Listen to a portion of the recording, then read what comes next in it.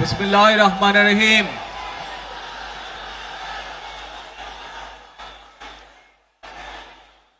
প্রিয় বাংলাদেশ, উপস্থিত প্রিয় মুরব্বীবর্গ, মঞ্চে উপস্থিত জাতীয় নেতৃবৃন্দ, আমার সামনে উপস্থিত প্রিয় ভাই ও বোনেরা এবং মিডিয়ার মাধ্যমে সমগ্র বাংলাদেশ থেকে যারা দেখছেন এই অনুষ্ঠান, প্রিয় ভাই বোনেরা, প্রিয় মা বোনেরা, আসসালামু আলাইকুম। প্রিয় ভাই বোনেরা, আজ প্রথমেই আমি রব্বুল আলামিনের দরবারে হাজারো লক্ষ কোটি শুকরিয়া জানাতে চাই।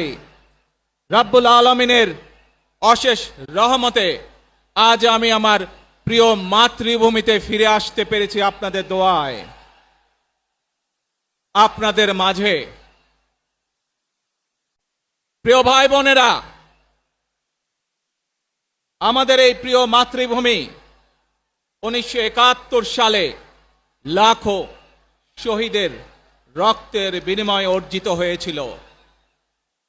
ঠিক একইভাবে 75-এ আবার 7ই নভেম্বর আধিপত্যবাদীদের হাত থেকে রক্ষার জন্য সেদিন সিপাহী জনতার বিপ্লবের মাধ্যমে আধিপত্যবাদের হাত থেকে দেশকে রক্ষা করা হয়েছিল। একইভাবে পরবর্তীতে 90-এ স্বৈরাচারের বিরুদ্ধে এদেশের জনগণ, এদেশের খেটে খাওয়া মানুষ তাদের গণতান্ত্রিক অধিকারকে ছিনিয়ে এনেছিল। কিন্তু তারপরেও ষড়যন্ত্রকারীদের ষড়যন্ত্র থেমে থাকেনি। আমরা তারপর দেখেছি 2024 সালে, 71 সালে এই দেশের মানুষ যেমন স্বাধীনতা অর্জন করেছিল, 2024 সালে এদেশের ছাত্র জনতা সহ সর্বস্তরের মানুষ, কৃষক, শ্রমিক, গৃহবধূ, নারী, পুরুষ, মাদ্রাসার ছাত্র সহ দলমত নির্বিশেষে, শ্রেণী পেশা নির্বিশেষে সকল মানুষ সেদিন 2024 সালের 5ই আগস্ট এই দেশের স্বাধীনতা এবং সার্বভৌমত্বকে রক্ষা করেছিল। প্রিয় ভাই বোনেরা, আজ বাংলাদেশের মানুষ কথা বলার অধিকার ফিরে পেতে চায়, তারা তাদের গণতান্ত্রিক অধিকার ফিরে পেতে চায়। বাংলাদেশের মানুষ চায় তারা তাদের যোগ্যতা অনুযায়ী ন্যায্য অধিকার পাবে। প্রিয় ভাই বোনেরা, আজ আমাদের সময় এসেছে সকলে মিলে দেশ গড়ার। এই দেশে যেমন পাহাড়ের মানুষ আছে, এই দেশে একইভাবে সমতলের মানুষ আছে। এই দেশে মুসলমান, বৌদ্ধ, খ্রিস্টান, হিন্দু সহ বিভিন্ন ধর্মের মানুষ বসবাস করে। আমরা চাই সকলে মিলে এমন একটি বাংলাদেশ গড়ে তুলব আমরা, যেই বাংলাদেশের স্বপ্ন একজন মা দেখেন, অর্থাৎ একটি নিরাপদ বাংলাদেশ আমরা গড়ে তুলতে চাই। যে বাংলাদেশে একজন নারী, একজন পুরুষ, একজন শিশু যেই হোক না কেন, নিরাপদে ঘর থেকে বের হলে নিরাপদে ইনশাআল্লাহ ঘরে আবার ফিরে আসতে পারে। প্রিয় ভাই বোনেরা, এই দেশের জনসংখ্যার অর্ধেক নারী, 4 কোটিরও বেশি তরুণ প্রজন্মের সদস্য, 5 কোটির মতন শিশু, 40 লক্ষের মতন প্রতিবন্ধী মানুষ রয়েছেন, কয়েক কোটি কৃষক, শ্রমিক রয়েছেন।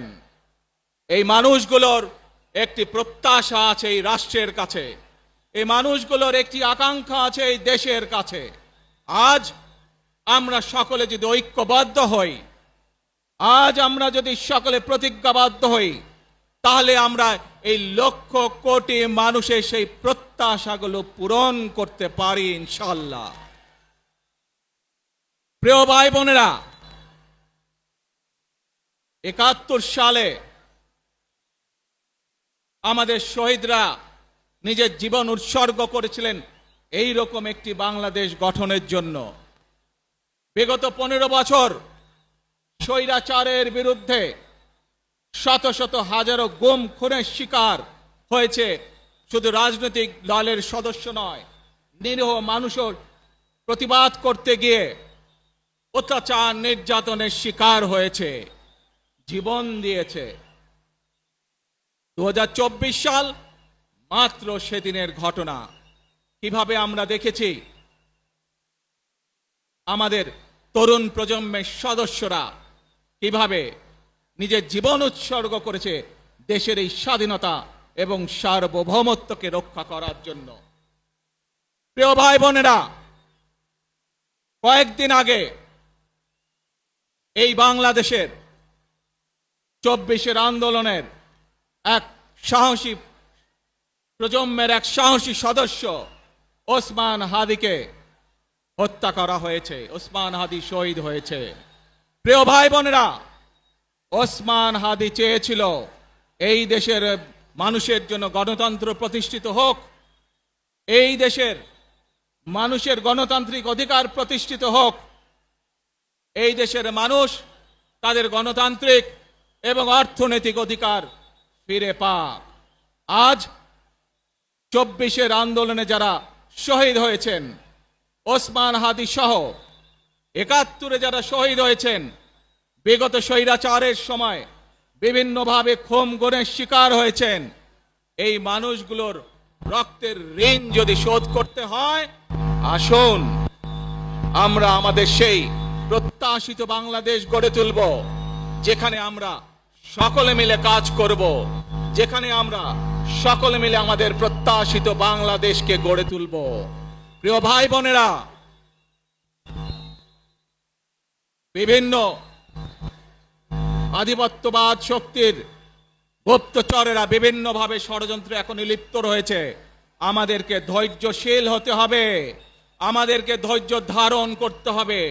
বিশেষ করে তরুণ প্রজন্মের যে সদস্যরা আছেন, আপনারাই আগামী দিন দেশকে নেতৃত্ব দিবেন, দেশকে গড়ে তুলবেন। এই দায়িত্ব তরুণ প্রজন্মের সদস্যদেরকে আজ গ্রহণ করতে হবে, যাতে করে এই দেশকে আমরা সুন্দরভাবে গড়ে তুলতে পারি। শক্ত ভিত্তির উপরে গণতান্ত্রিক ভিত্তি, শক্তিশালী অর্থনৈতিক ভিত্তির উপরে যাতে এই দেশকে আমরা গড়ে তুলতে পারি। প্রিয় ভাই বোনেরা, আমার সাথে আজকে মঞ্চে এখানে বহু জাতীয় নেতৃবৃন্দ বসে আছেন। আসুন আজকে আমরা দুহাত তুলে আল্লাহর দরবারে দোয়া করে আল্লাহর রহমত আমরা চাই।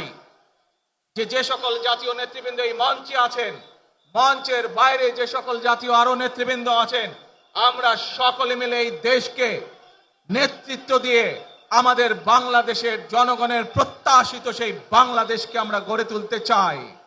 আমাদেরকে যে কোনো মূল্যে আমাদেরকে এই দেশের শান্তি শৃঙ্খলা রক্ষা করতে হবে। যে কোনো উস্কানির মুখে আমাদেরকে ধীর শান্ত থাকতে হবে। প্রিয় ভাই বোনেরা, আমরা দেশের শান্তি চাই, আমরা দেশের শান্তি চাই, আমরা দেশের শান্তি চাই। প্রিয় ভাই বোনেরা, মার্টিন লুথার কিং নাম শুনেছেন না আপনারা? নাম শুনেছেন তো আপনারা? মার্টিন লুথার কিং, তার একটি বিখ্যাত ডায়লগ আছে, আই হ্যাভ এ ড্রিম। আজ এই বাংলাদেশের মাটিতে দাঁড়িয়ে আপনাদের সকলের সামনে আমি বলতে চাই, বাংলাদেশ জাতীয়তাবাদী দলের একজন সদস্য হিসাবে আপনাদের সামনে আমি বলতে চাই, I have a plan for the people of my country, for my country. আজ এই পরিকল্পনা দেশের মানুষের স্বার্থে, দেশের উন্নয়নের জন্য, দেশের মানুষের ভাগ্যের পরিবর্তনের জন্য যদি সেই প্ল্যান, সেই কার্যক্রম, সেই পরিকল্পনাকে বাস্তবায়ন করতে হয়। প্রিয় ভাই বোনেরা, এই জনসমুদ্রে যত মানুষ উপস্থিত আছেন, এই সারা বাংলাদেশে গণতন্ত্রের শক্তি যত মানুষ উপস্থিত আছেন, প্রত্যেকটি মানুষের সহযোগিতা আমার লাগবে। প্রত্যেকটি মানুষের সহযোগিতা আমাদের লাগবে। আপনারা যদি আমাদের পাশে থাকেন, আপনারা যদি আমাদেরকে সহযোগিতা করেন, ইনশাআল্লাহ আমরা আই হ্যাভ এ প্ল্যান বাস্তবায়ন করতে সক্ষম হব। আসুন আমরা আল্লাহ রব্বুল আলামিনের দরবারে হাত তুলে প্রার্থনা করি, আমরা যেন, হে রব্বুল আলামিন, হে একমাত্র মালিক, হে একমাত্র পরওয়ারদিগার, হে একমাত্র রহমত দানকারী, হে একমাত্র সাহায্যকারী, আজ আপনি যদি আমাদেরকে রহমত দেন, তাহলে আমরা এই দেশের মানুষ কঠোর পরিশ্রম করার মাধ্যমে আমাদের প্রত্যাশিত বাংলাদেশকে গড়ে তুলতে পারবো।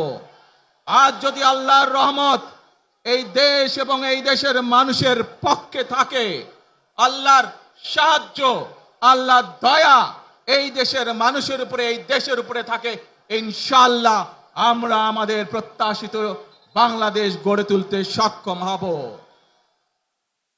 প্রিয় ভাই বোনেরা, আজ আসুন আমরা সকলে মিলে প্রতিজ্ঞা করি, আমরা সকলে মিলে প্রতিজ্ঞা করি যে ইনশাআল্লাহ আগামী দিনে দেশ পরিচালনার দায়িত্বে যারা আসবে, আমরা সকলে নবী করিম সাল্লাল্লাহু আলাইহি সাল্লামের যে ন্যায়পরায়ণতা, সেই ন্যায়পরায়ণতার আলোকে আমরা দেশ পরিচালনার সর্বোচ্চ চেষ্টা করব।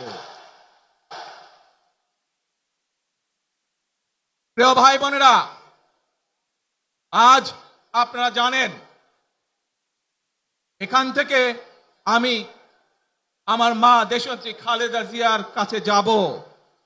একটি মানুষ, যে মানুষটি এই দেশের মাটি, এই দেশের মানুষকে নিজের জীবনের থেকেও বেশি ভালোবেসেছেন, তার সাথে কি হয়েছে আপনারা প্রত্যেকটি মানুষ সে সম্পর্কে অবগত আছেন।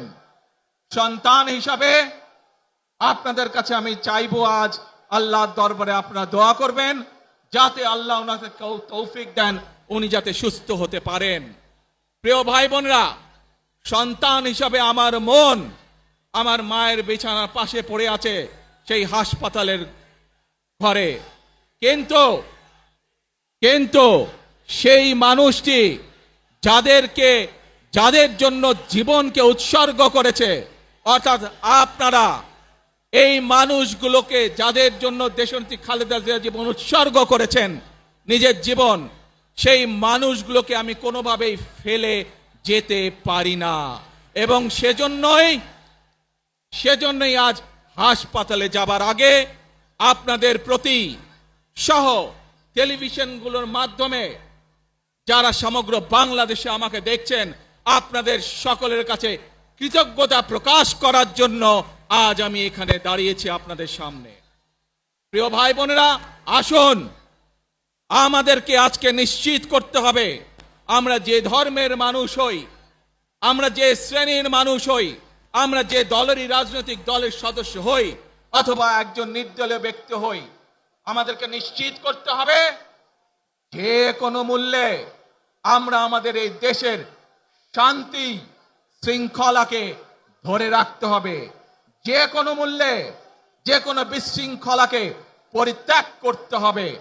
যে কোনো মূল্যে আমাদেরকে নিশ্চিত করতে হবে যাতে মানুষ নিরাপদ থাকতে পারে। শিশু হোক, নারী হোক, পুরুষ হোক, যে কোনো বয়স, যে কোনো শ্রেণী, যে কোনো পেশা, যে কোনো ধর্মের মানুষ যেন নিরাপদ থাকে, এই হোক আমাদের চাওয়া আজকে। প্রিয় ভাই বোনেরা, আসুন প্রিয় ভাই বোনেরা, সবাই মিলে আজ আমরা প্রতিজ্ঞাবদ্ধ হই, সবাই মিলে করব কাজ। জোরে আরো, সবাই মিলে করব কাজ, কর্মমোদের বাংলাদেশ।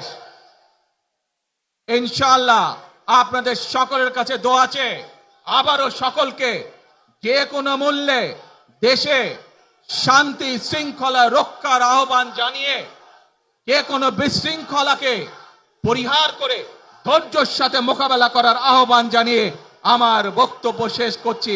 আবারও আপনাদের কাছে কৃতজ্ঞতা প্রকাশ করছি আজকে আমাকে এইভাবে বরণ করে নেওয়ার জন্য। আল্লাহ হাফেজ। বাংলাদেশ জিন্দাবাদ, বাংলাদেশ জাতীয়তাবাদী দল জিন্দাবাদ। আসসালামু আলাইকুম।